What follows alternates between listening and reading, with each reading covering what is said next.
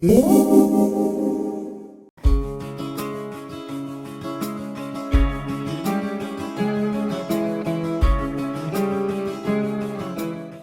regret little things sometimes, but I'm talking about not apologizing for what you believe in, for what you stand for.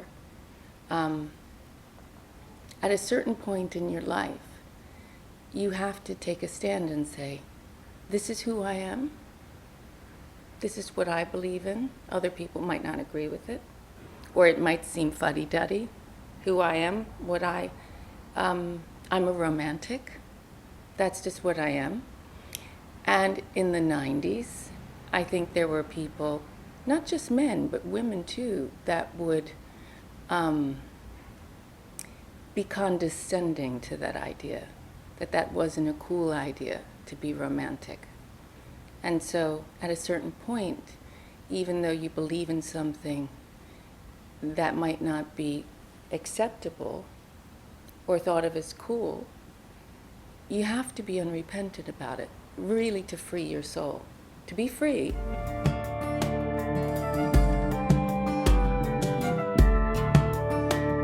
Let's ask how we're defining feminism. I was born a feminist, so was my daughter, so was my husband.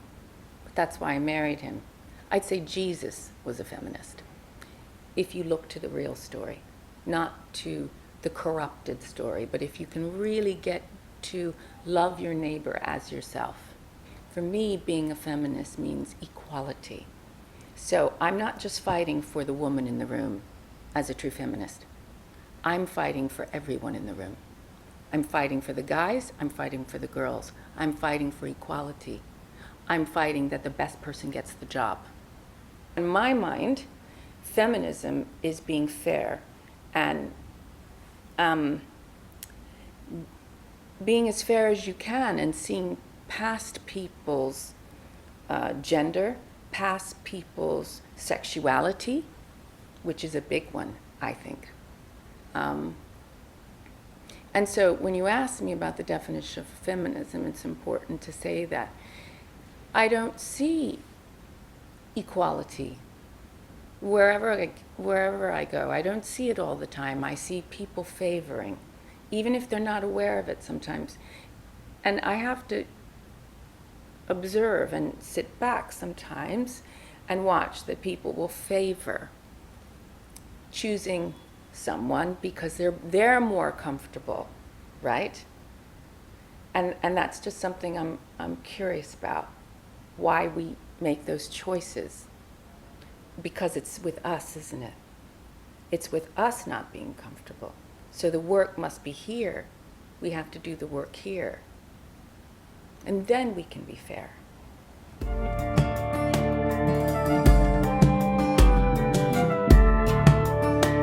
There's enough girl-on-girl negativity in the industry. Women have been pitted against each other for so long. And it stems from, there was a time at radio when they were only playing one token woman or two of us. And so there was an actual wrestling fight for those positions, a sonic wrestling fight for those positions, which we were driven to have that kind of consciousness.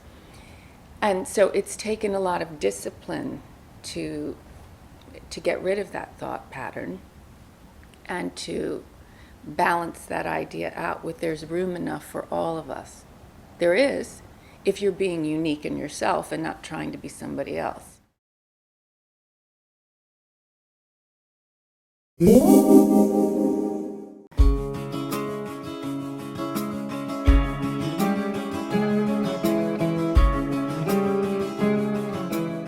Most songwriters now, political writers, there is it's not really part of the frame because it's not interesting.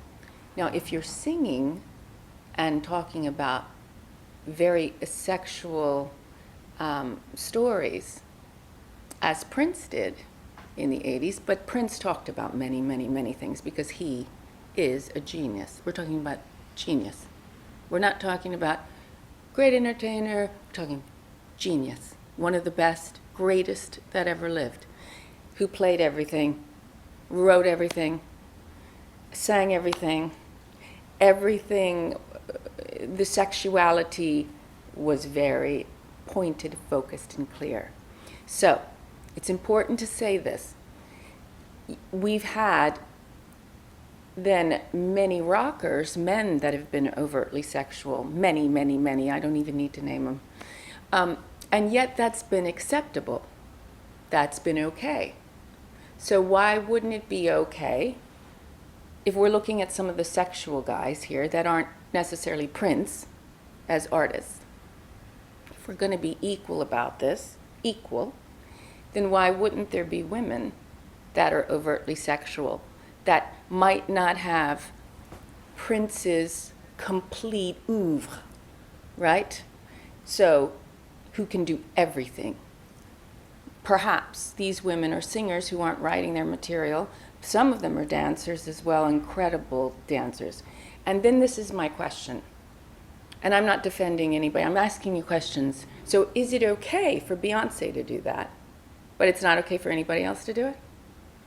Why? Because she looks like Beyonce? I mean, I guess if I looked like Helen Mirren, I've said, and could move like Beyonce, I'd be sliding on a giant tongue, possibly. But I'm not that person. So it's very important that we're looking at different genres.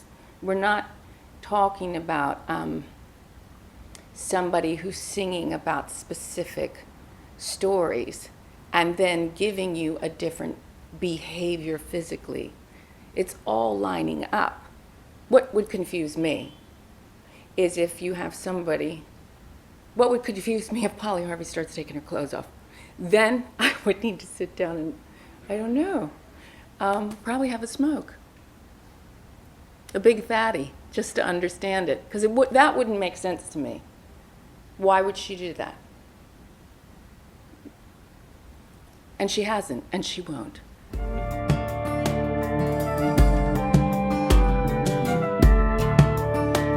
I'm not being condescending.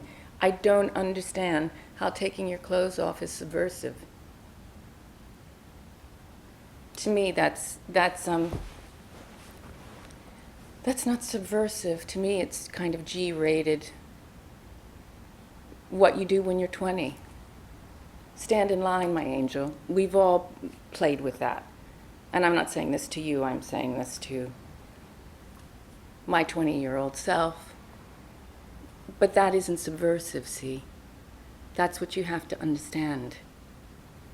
It doesn't take...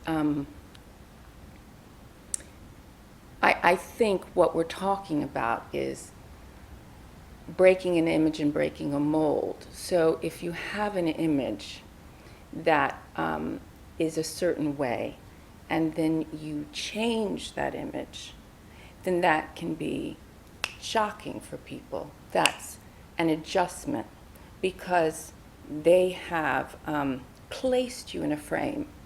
So you're breaking out of that frame and creating another frame for yourself. Now, I understand that. And sometimes people have to do that. They have to break it in order to recreate themselves so that you don't hang on to their old image. I understand that. That makes sense. I get that.